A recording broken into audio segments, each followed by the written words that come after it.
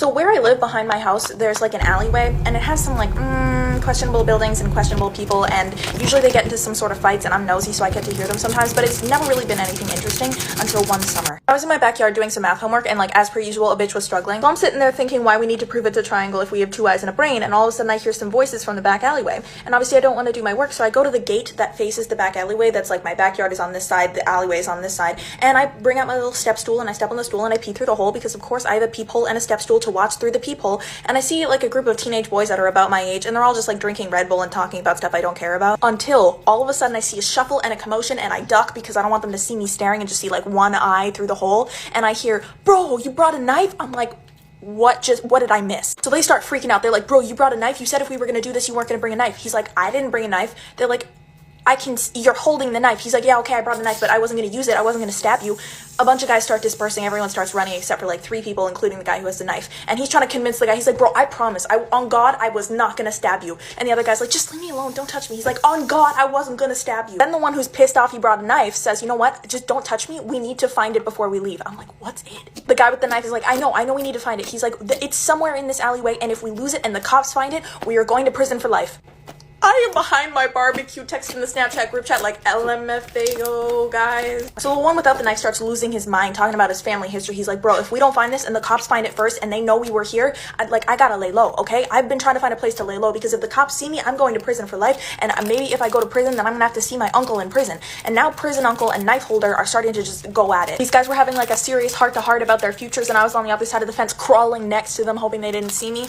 It was really funny. I genuinely don't think they did anything that's actually gonna send them to prison. I just think that they thought they were all that. Still, I just want you to think of the logistics of it. You are going to go to prison for life. If you get seen by the cops, you have to lay low, or else you're going to see your uncle in prison, and you just pick the most discreet place you can find where no one will see you, and on the other side of that fence is a nosy 17-year-old bitch in the Snapchat group chat who will then tell her 1.2 million followers on the internet about it.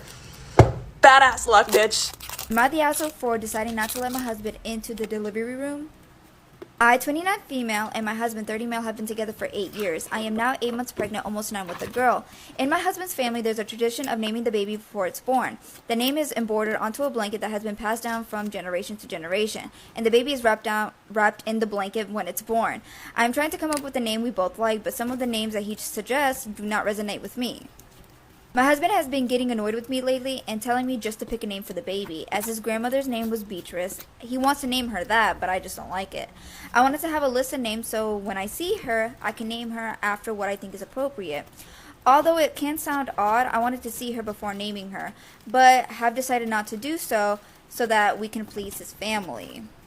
In honor of my late sister, I wanted to name her Jessica. That was her name before she passed away from a heart attack. It means a lot to me, but I hadn't told him that particular name yet because I didn't want to hear any insults about it. Every time I suggest a name, he'll attack it, calling it ugly in a variety of ways. Today, his mother was pressuring me to suggest a name, and I just blurted out the name Jessica. After a pause and a laugh, she said that was a name for a very large girl, and it was a very unsuitable name. She went on to ask me if I wanted the baby to be ugly and if I was trying to ruin its life before it was even born. Initially, I was overwhelmed with anger, and I asked her to stop talking. More harshly than I should have, as she didn't have the right to imply that others were ugly when she herself is no Beyonce. Annoyed, she told me to leave her house. Not wanting to cause any further argument, I left. And when I returned home, my husband explained to me that he was extremely disappointed in my actions and that he couldn't look at me. As he is close with his sister, he struggled with his frustrations with her, which she then did to her mother. The next day, she was at my doorstep and told me that she decided on a name, and then said that my decor was tacky. She said that she was naming the baby Connie after her mother. It was a name neither my husband or I picked, and wouldn't cause an argument between us. I told her no and asked her to leave, and eventually she did, but not after some insults were issued to me. I asked my husband about it, and he said that I have no right to speak about any of this, as I also have not been open to the names that he suggests. He then said that I was incredibly selfish and said I should go. I packed my things and went to my sister's house. She was fuming at my husband and how they insulted our younger sister's name. He's been trying to contact me for a few days now, apologizing, but I don't want to speak to him. I've also decided that I'm not telling his family when I go into labor. And if I must, I'm not allowing them anywhere near me when I'm birthing the child. Am I the asshole?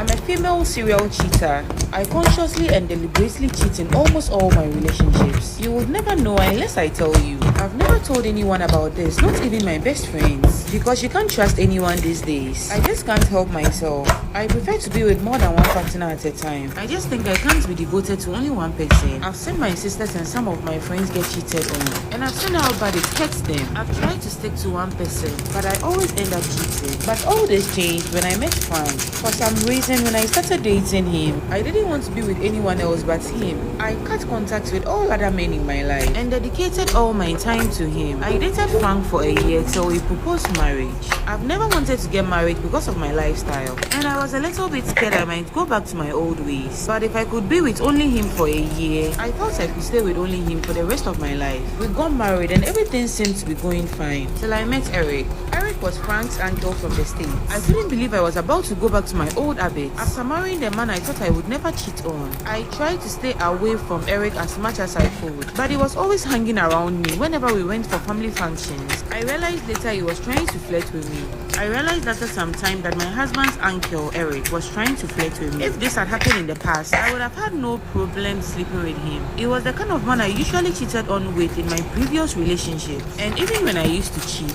I tried as much as possible to cheat with people who didn't know any person close to me. I did everything in my power to restrain from cheating on my husband with his uncle. But about 6 months into our marriage, Frank had an accident, which left him immobilized for some time. During this period, we couldn't have any sexual relations. This was when the urge to cheat became very strong. I started yearning for the touch of another man. When my husband was strong enough to have sexual relations with me, I realized he was not good in bed as he used to be. One Christmas, my husband and I traveled to the States to spend the holidays with his family. Frank's uncle, Eric, was there too. I started having romantic daydreams about Eric. One morning, Eric took us down to the beach to catch some lunch for the day. He must have noticed the constant eye contact I was making with him, and it was as though he could hear the butterflies in my stomach every time he came within arm's length of me.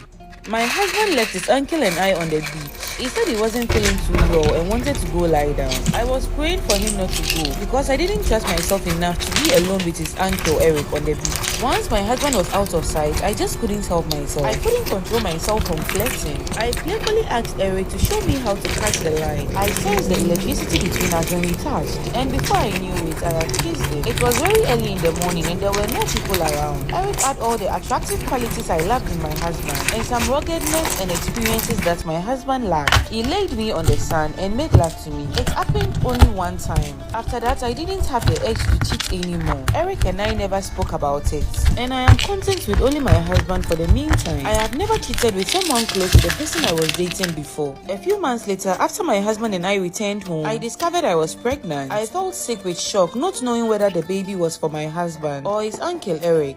When we announced the happy news to the family, I wondered if Eric was thinking the same thing. When my beautiful baby boy arrived, my husband's family came down to be with us. Although my baby boy looks like his father, I sometimes see a little bit of Eric in him. I pray I never cheat on my husband again, but this is a secret no one needs to ever know.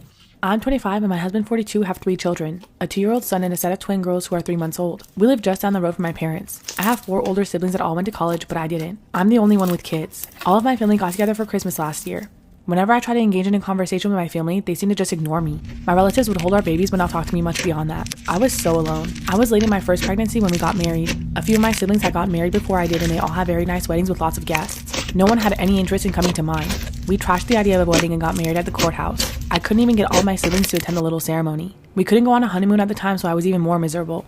Recently, my sister told me that our family thinks that I'm just a dumb bimbo with no goals in life, so I have babies instead. She says that's why no one values my input or opinion. They think I'm stupid for having children young. My children were not planned. They also think that I'm stupid for being with a man older than me, but he's my one true love. They don't want me to have any influence over large family decisions because they think that I'm dumb. They ignore me and don't make time for me. How do I get them to take me seriously? My wife and I had our first child around 2 months ago. She was home isolated during her entire pregnancy after the 6-month mark because of some pregnancy complications. We had also agreed that the first 2 months after birth, our parents and siblings would be the only ones allowed to visit and see the baby, and our friends and the rest of the relatives could wait. As soon as the baby turned 2 months, my wife started trying to get back into her social life again. Sometimes she'd bring the baby with her, but sometimes she'd expect me to babysit. Whenever I couldn't babysit, she'd call her mom and ask her if she could care for the baby for a few hours. My wife's a great mom and she truly cares for our baby, but it's frustrating how she feels the need to go out the entire time. One day while she was out shopping with a friend of hers, I was babysitting the kid and my mom visited me and asked where my wife was. I told her that she's out with a friend. My mom got very mad about how my wife went out and she told me that I have no backbone for not calling her out and telling her to stay home with the baby. I told my mom that I'd handle it. My mom waited until my wife got back home and she started scolding her. It wasn't a proud moment of me and I really didn't want my mom to get involved, but my wife needed to hear it from someone else too. My mom told my wife that she's irresponsible and that she should cut down the meetings with her friends and stay home to care for the kid as a proper mother would. My wife tried to defend herself by saying that I was always out with my friends both during her pregnancy and after she gave birth, but both I and my mom tried to explain how me going out is not the same as her going out. My mom told her that the little walks and coffee hangouts with her friends are over and that she better get used to the fact that her social life will now be limited. It sucks, but that's how it is. I agree with my mother on all that and my wife is not speaking to me for days. She even sleeps in the guest room now and took the baby's crib there as well. She'll only cook for herself and the baby and not for me. My mother-in-law and sister-in-law have texted me saying I was a huge asshole for this and so was my mom, so I shouldn't be surprised if my wife is acting like that towards me. Am I the asshole for